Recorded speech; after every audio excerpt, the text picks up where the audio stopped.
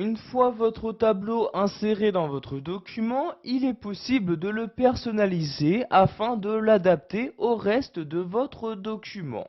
Donc voyez ici que j'ai commencé par insérer un tableau et nous allons donc voir comment le personnaliser, donc comment le mettre en forme et modifier sa disposition.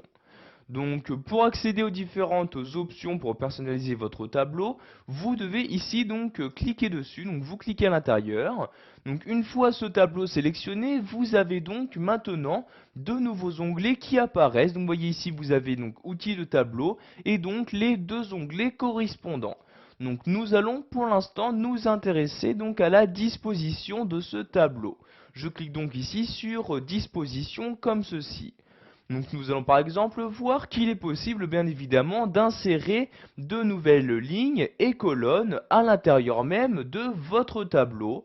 Donc vous voyez par exemple ici j'ai oublié par exemple le mercredi, donc je sélectionne ici la cellule de jeudi et pour insérer donc une ligne au-dessus de celle-ci, je vais cliquer sur ce bouton là, donc vous voyez insérer au-dessus, je clique et comme vous pouvez le voir, j'ai maintenant une nouvelle ligne qui est apparue.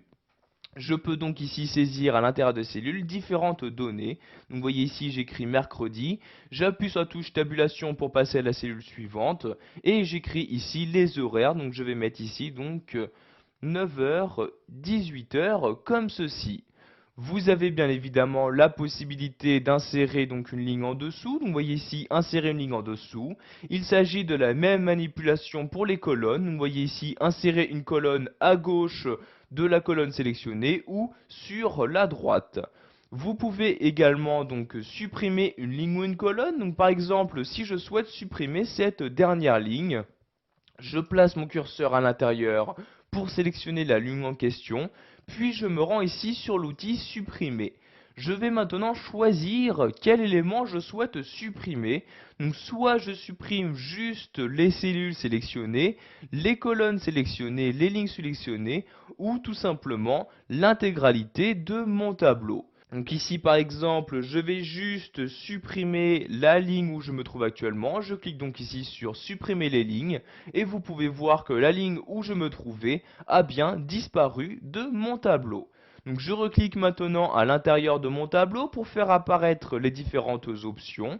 Donc vous voyez ici je reste bien dans disposition. Nous allons maintenant voir qu'il est possible de fusionner différentes cellules. Je vais par exemple ici sélectionner ces deux cellules-ci comme ceci. Pour les fusionner, je vais maintenant me rendre toujours dans l'onglet disposition sur l'outil fusionner comme ceci. Je clique donc dessus et vous pouvez voir que les cellules sélectionnées ont bien maintenant été fusionnées. En effet, vous voyez si je me rends à l'intérieur, il n'y a plus ici de traits qui les séparent. Je vais par exemple maintenant pouvoir mettre horaire d'ouverture comme ceci. Nous allons maintenant voir comment gérer la disposition, donc l'alignement de votre texte à l'intérieur même de vos différentes cellules. Donc je vais sélectionner tout mon tableau, donc vous voyez ici je clique, je maintiens le clic de ma souris et je sélectionne toutes les cellules de mon tableau. Je vais maintenant gérer l'alignement de mon texte en me rendant ici toujours dans l'onglet disposition dans cette partie-là. Donc je vais choisir à l'aide ici de ces 9 carrés à quel endroit je souhaite aligner mon texte.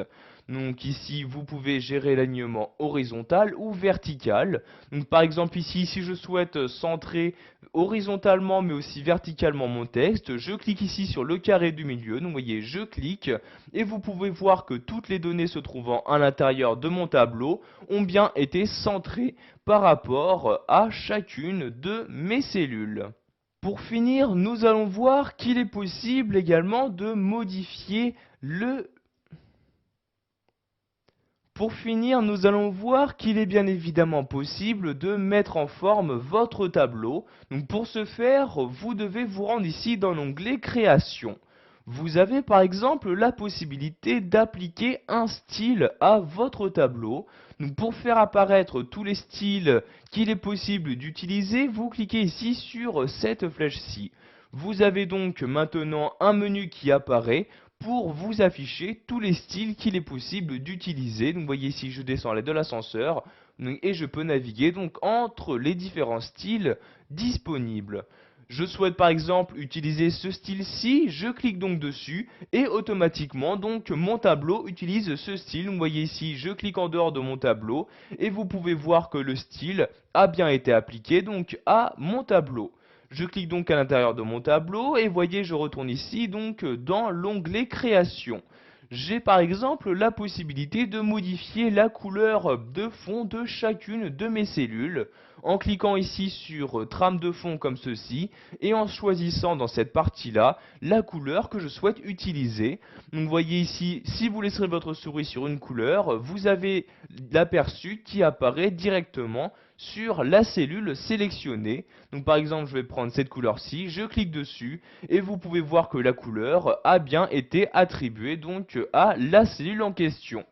Vous pouvez également choisir pour votre tableau si vous souhaitez utiliser ou non donc des lignes d'entête, etc. en vous rendant dans cette partie-là. Donc par exemple, vous voyez, si je décoche ici ligne d'en-tête, vous pouvez voir que la première ligne n'est plus considérée comme en-tête, elle n'est plus donc différente des autres. En revanche, ici, si je la recoche, vous pouvez voir qu'il y a une mise en forme spécifique juste pour cette ligne-là. Vous pouvez également choisir d'ajouter une ligne pour le total, donc ce qui est très utile si par exemple vous souhaitez insérer donc un total de différentes valeurs à l'intérieur même de votre tableau. Voilà, vous savez maintenant comment modifier la disposition d'un tableau sous Word 2010, que ce soit en le mettant en forme en y appliquant par exemple un style ou en changeant sa disposition.